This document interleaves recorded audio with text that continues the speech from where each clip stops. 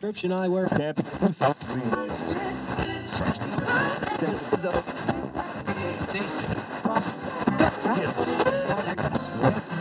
Prescription eyewear.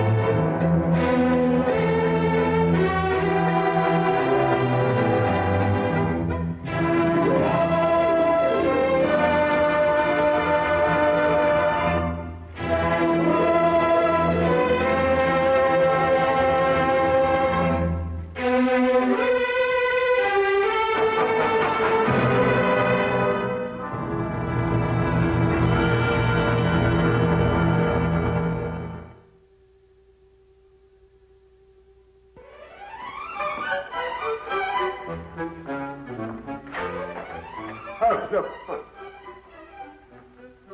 There's been an accident at the house. Please, miss, please give me the key so I can unlock you. Be sensible, Doreen. This nonsense is getting you nowhere. I demand to be arrested. Now, just what's going on here? This young lady, Doctor. Oh, hello, Mr. Holmes. Oh, good day, Wilkins. She's a Suffragette. We demand that women be given the right to vote. Yes. She and some other suffragettes invaded the home of the Honourable Chauncey Pimpleton and started a demonstration. Pimpleton? Why, he's the Member of Parliament, lives just round the corner. That's him, sir. We were getting them to move on, and this young lady broke loose and chained herself here, sir. But why did you do it, miss?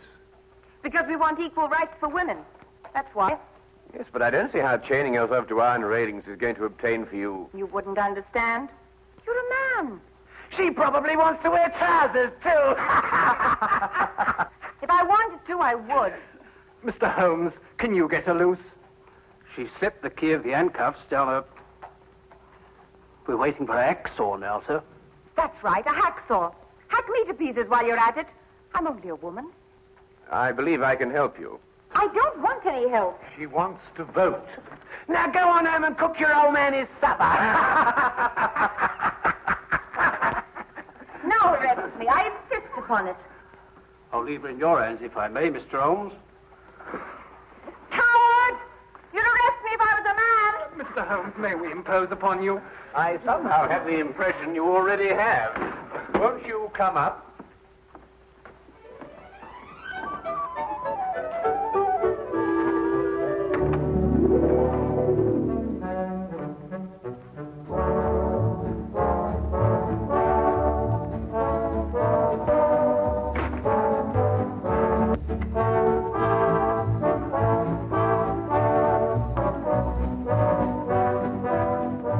Permit me to introduce ourselves.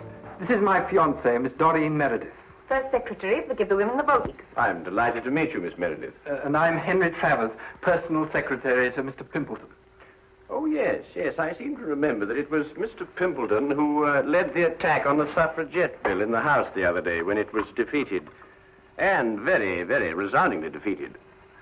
Yes, that old stuffed shirt. He'll be sorry. I wish you'd get out of this Give Women the Vote League, Doreen. It's dangerous. Yes, I can see that it has its inconveniences, Mr. Travers, but I don't really believe that it's dangerous. Would you call bombs dangerous, Mr. Holmes? Good heavens, are they using bombs now? Oh, just a teeny one. Boris and I made it to blow up a lion. My dear young lady, you don't blow up a lion, you shoot it. Who is Boris? An anarchist. An anarchist. He's an old dear who wouldn't hurt a fly. Blowing up lions, anarchists. Sometimes I don't know where modern England's going. Well, perhaps Miss Meredith might be good enough to indicate that direction for us.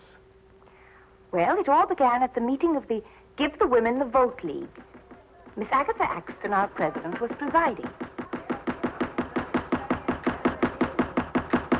Quiet, ladies, quiet. I call this meeting of the council in order to consider our next step in view of the defeat we suffered last week. We As you know, the Honourable... Honourable. Bosh. Even if he is my cousin. Well, anyway, Chauncey Pimpleton rallied the anti-women forces in Parliament and defeated our bill by the narrow margin of 347 to 1. Boo! Down Pimpleton! Boo! Pimpleton! We've got to do something, ladies. We're not making enough noise in the world. What would Joan of Arc do? What would Catherine of Russia do? They would attack. They would blow up something. Blow up something? How do you do that? I don't know, but they would do it. Don't bombs blow up things? I think they do. Let's buy a bomb. Where can you buy one? I've never heard of a bomb shop. We could make one. I'll make one. Can you? I don't know. I've never tried. I'll get a book. Good. But, what shall we explode? Let's explode a lion. Wonderful. We'll explode a lion. A very small one, of course. Well, anyway, I didn't know how to make a bomb.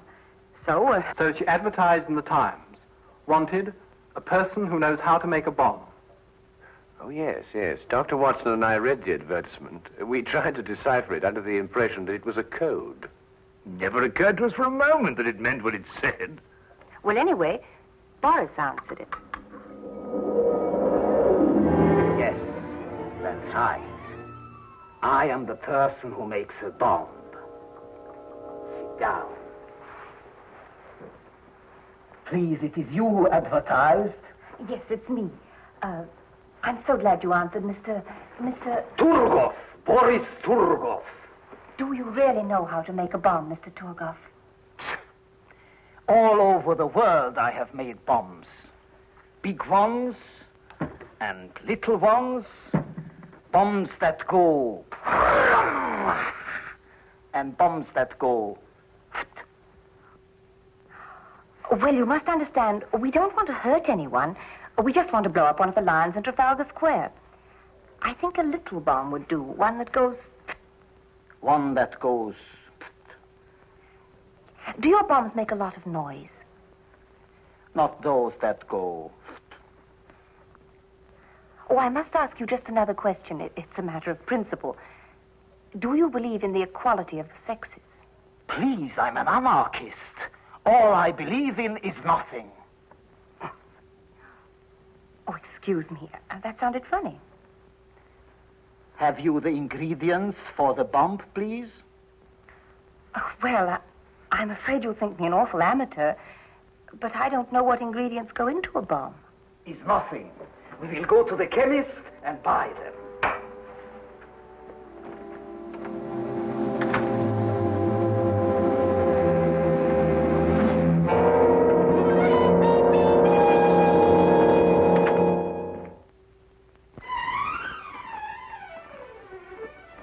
There you are, sir. Everything you ordered. Glycerol, toluene, nitrate, and sulfuric acid. Oh, yes, and gunpowder. Yes, ma'am. Be careful, though. You could make a bomb with what you have here. Good day. Good day.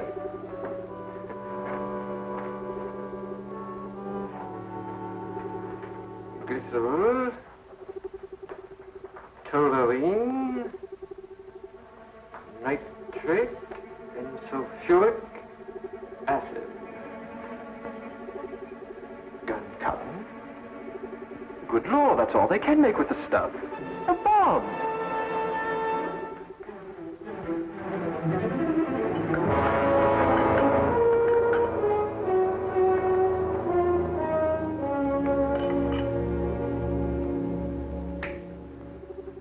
It's clever, no? A green croquet ball. Who would suspect a green croquet ball? Well, I'm sure I wouldn't. Like this, it unscrews in half. Are you sure it'll work? With a trigger, yes. With no trigger, no. A trigger I must put in. Have you bought some wire, please? Oh, no, I'm afraid I forgot. Would a hairpin be all right? Is possible. Hello,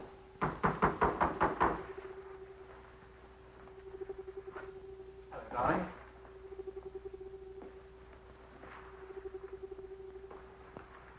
Guess what this is? Well, croquet ball, of course. No, it isn't. Here, let's put it back into the garden. But, darling...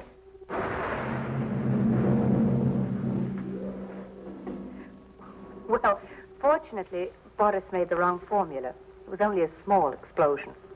And so you made another bomb out of a croquet ball. Oh, yes, we went to work on it right away. Where is it? Here. Doreen! Good Lord, get it away from her, Holmes. Well, it won't go off unless it's hit very hard. Might I see it, Miss Meredith? Take care, my dear chap. That's no croquet ball, you know. That's precisely what it is, Watson. Just a very ordinary croquet ball with a crest on it. Why, that's Mr. Pimbleton's favorite croquet ball from his garden set. And the crest? The family's. His uncle's the Earl of Clareborough. His favorite croquet ball, did you say, Mr. Travers? Does he always use a green one? Always. He plays every afternoon at 5. He's as regular as a clock. Then if that's his croquet ball, then someone must have... Exactly, Watson. Well, then he'll go and play croquet with a bomb. What time is it now?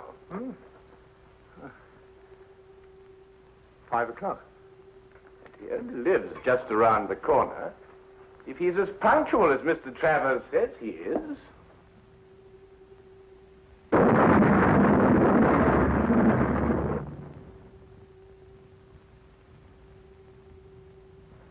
He is.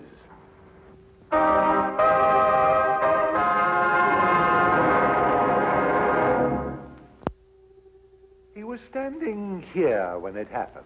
It was his first swing at it. And that's the first time in the history of Scotland Yard a man's been killed that way. Oh, really, Lestrade? Was there anyone else with him at the time? Fortunately, no. Mr. Pimpleton had invented a game where he played alone. He always won that way. Tell you that ball, Holmes, might be another bomb. Oh, well, we'll soon know, won't we, Watson? Any other leads, Lestrade? Well, he received a delegation here in the garden. Oh, yes, I seem to have heard something about that. Yes, a girl named Doreen Meredith presented him with a suffragette's petition. Oh, really? Doreen Meredith. Yeah, lovely name. Yes, it is rather. Lestrade, do you believe the ladies blew him up because he defeated their petition in the House? Here, let me have a go at this. Well, you know these suffragettes, they're capable of anything. These wickets aren't in line, you know. No, it's not that, Lestrade. Your swing is wrong. Look. But nevertheless, bombing seems a bit drastic even for suffragettes. So is this business of their wanting a vote. Well, why not give them the vote? They couldn't do any worse with it than we have. Oh, hello, sir. This is Mr. Travers, Mr. Pimpleton's private secretary.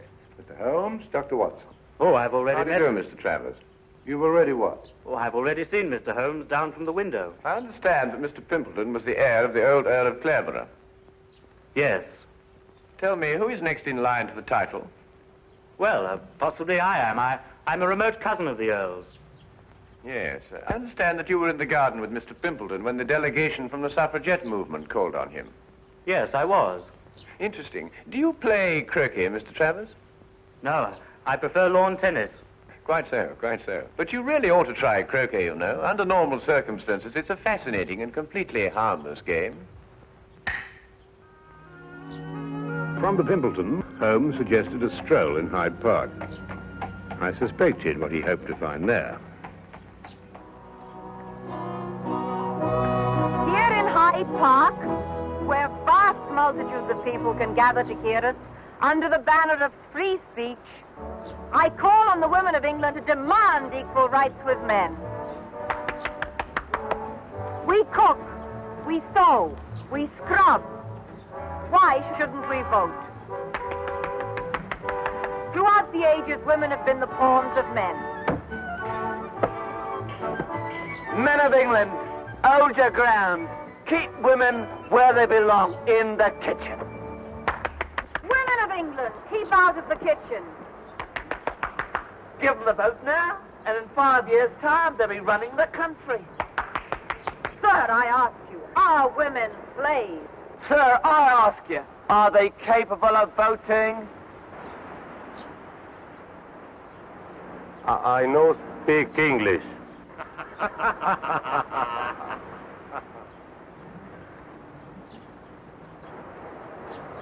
Haven't you got anything better to do? You... Here now, don't you talk to me like that. No rioting, please, or I'll have to ask you to move along. I was moving along anyway. I'm very particular whom I speak next to. Huh? Free speech. You say something men don't like, they tell you to move on. Well, of course, Miss Meredith, like all prophets, you're ahead of your times. And without honor in your own country. Oh, Miss Meredith, we'd like to ask you a few questions about Boris Turgoff. Oh, poor Boris. He'll never forgive me for getting him in this fix. He's so gentle, really.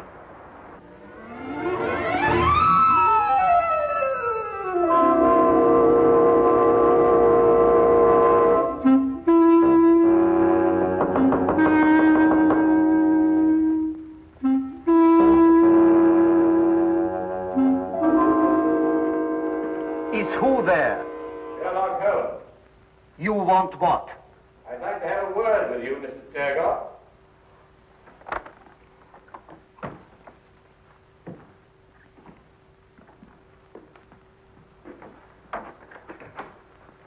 This is my good friend, Dr. Watson. I'm told you manufacture bombs, Mr. Turgoff. All kinds. Long fuse, short fuse. Did you make only one bomb for Miss Meredith? Oh, you know of that one. Well? 2 bombs I make for her, but one her young man sets off. Accidentally. He says. Do you know where this other bomb blew up? Yes. In Mr. Pimpleton's garden. Not the first time that the Turgoff bomb goes off in the wrong place. Can you explain how the bomb became substituted for the croquet ball? No. I do not go inside the house. I wait outside. Then the police come.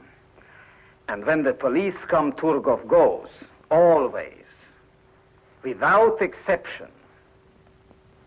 I see. Miss Meredith tells me that you sent it to someone who makes little bags in which to carry bombs. Yes.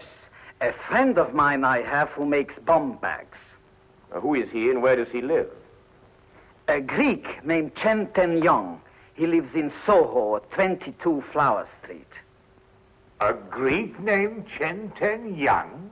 He says he's a Greek. Am I to call him a liar? Thank you very much, Mr. Turgoff. Come, Watson.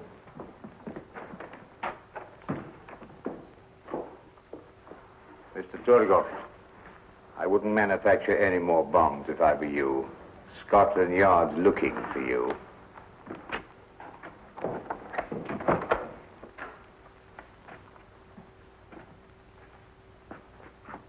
What? No more bombs? What am I to make then? Paper bags filled with air, maybe? Paper bags.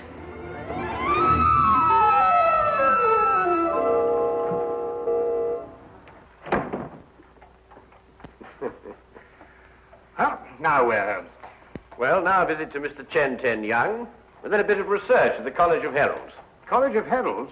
You mean where they keep all the records of the title family? Precisely. This case started with the theory that women would get the vote, and I believe that one day they will. Oh, nonsense. And the solution of the crime lies in the theory. You mean some hidden factor we may have overlooked? Some subtle factor, Watson. Like a bomb?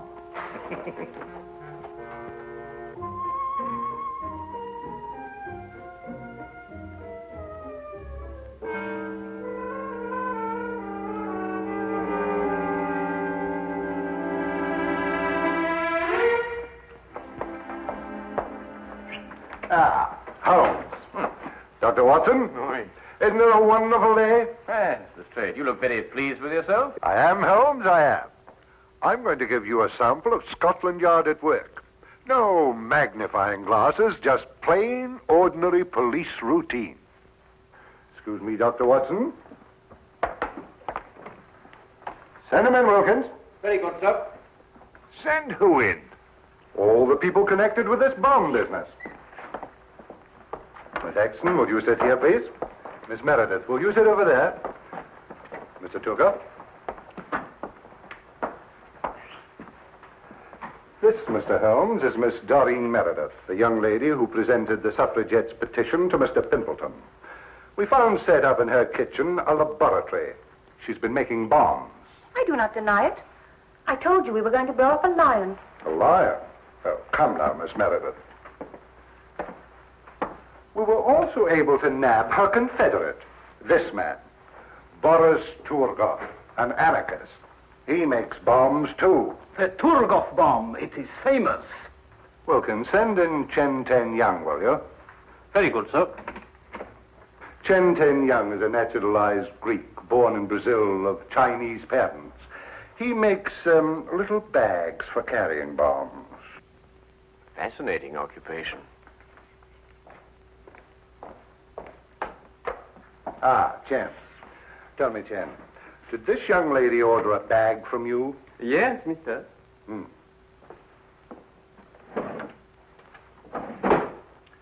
Did you make this bag? Yes, mister.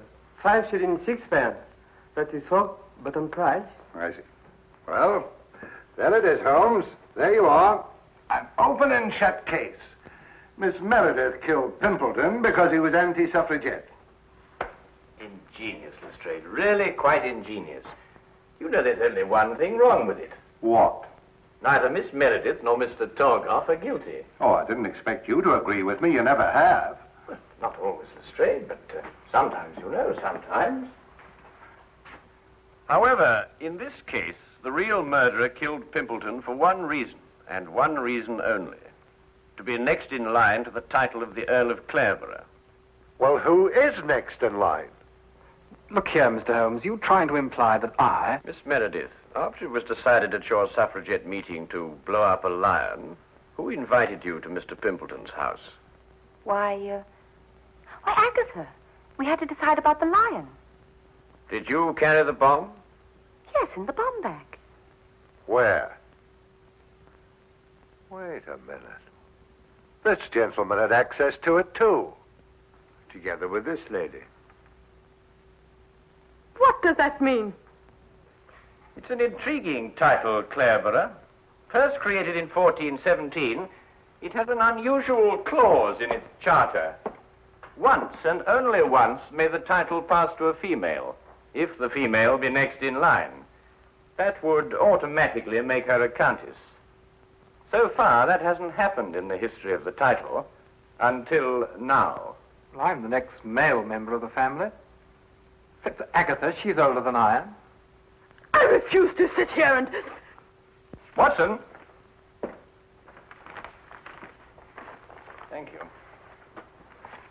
You'll notice, Lestrade, that this bag is identical to Miss Meredith's. Chen, who ordered this second bag from you? This woman, mister. Chen, why didn't you tell me this? You know ask me, mister. This man, he asked me. And you see, the switch was simple and premeditated, of course. Why, Miss Axton, how could you? Preposterous!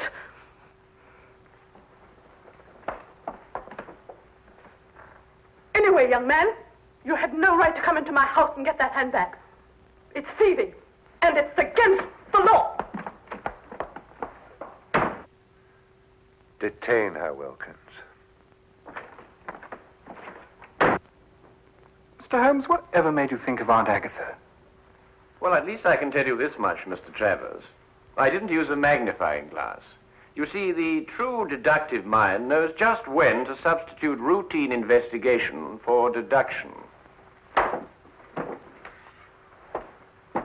Are you going somewhere, Lestrade? I have crossed the room, Mr. Holmes. I have put on my hat.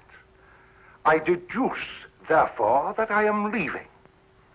Routine investigation will reveal the fact, Mr. Holmes, that I have gone to see the commissioner. I will ask him to do everything in his power to encourage the suffragette movement, We will then no doubt have a woman inspector in this office. And when Boris gets out of jail, Mr. Holmes, I will ask him to make me little bombs. I will then go about London, blowing up lions. Good day!